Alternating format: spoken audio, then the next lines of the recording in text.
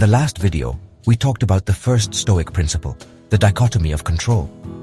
We learned that a big part of our suffering comes from trying to control the uncontrollable, and that true freedom comes when we focus our energy on what does depend on us.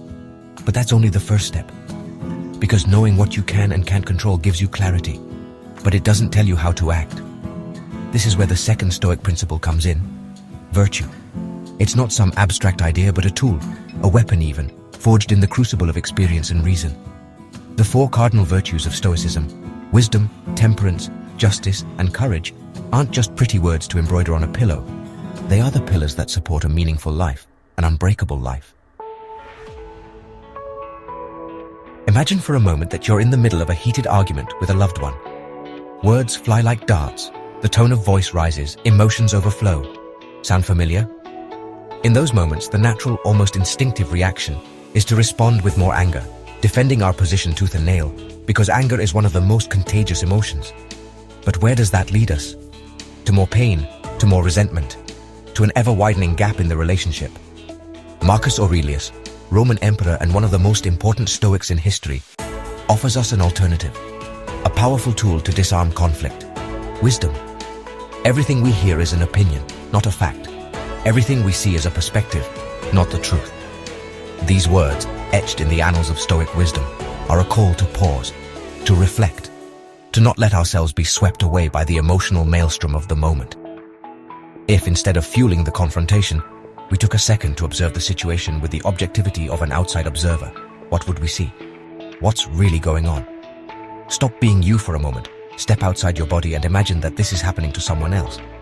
Is it a pitched battle of egos, or a problem that, with a little perspective and goodwill, we could solve together? This is where Stoic wisdom comes into play. We take a deep breath, letting the fresh air fill our lungs and calm our minds. Instead of preparing our next retort, we silence the internal noise and listen carefully, looking not for points of disagreement, but for points of agreement, the common ground where empathy can flourish. And then, instead of attacking, we respond calmly, with restraint, with the genuine intention of understanding and being understood. If we are not able to remain calm, it is better to answer with silence and leave our response for a later time, when the storm has passed. What was once a battlefield mined with negative emotions transforms into an opportunity to strengthen the connection, to build bridges instead of blowing them up. Now imagine you are at an all-you-can-eat buffet, surrounded by mountains of delicious but terribly unhealthy food. Or that you are sitting on the couch, with the firm intention of watching just one episode of your favorite series, and suddenly you realize that it is 3 a.m. and the sun is about to rise. Temptation, that seductive siren whispering promises of immediate pleasure in our ear, is everywhere. And here's the harsh reality, the difference between someone who moves forward in life, who achieves their goals and builds a meaningful future, and someone who gets stuck, trapped in a cycle of instant gratification and later regret, is not luck nor talent, not even circumstances. It's temperance. Seneca, the Stoic philosopher who lived in the time of Nero, put it with crystal clarity. The wise man masters his circumstances because he first masters his passions. It's not about living a life of deprivation and sacrifice, but about acting with moderation, about finding the balance between satisfying our desires and pursuing our long-term goals. Every time we choose the salad instead of the pizza, every time we turn off the TV and open a book, every time we say no to instant gratification and yes to investing in our future, we are exercising the muscle of temperance. Because every small choice, every seemingly insignificant decision shapes our destiny. We are the result of our habits, and temperance is the rudder that allows us to navigate the sea of temptations and distractions, guiding us to the port of self-realization. The battles against external injustice are real, palpable, but there are other battles, more subtle, more insidious, that are fought on the battlefield of our own mind.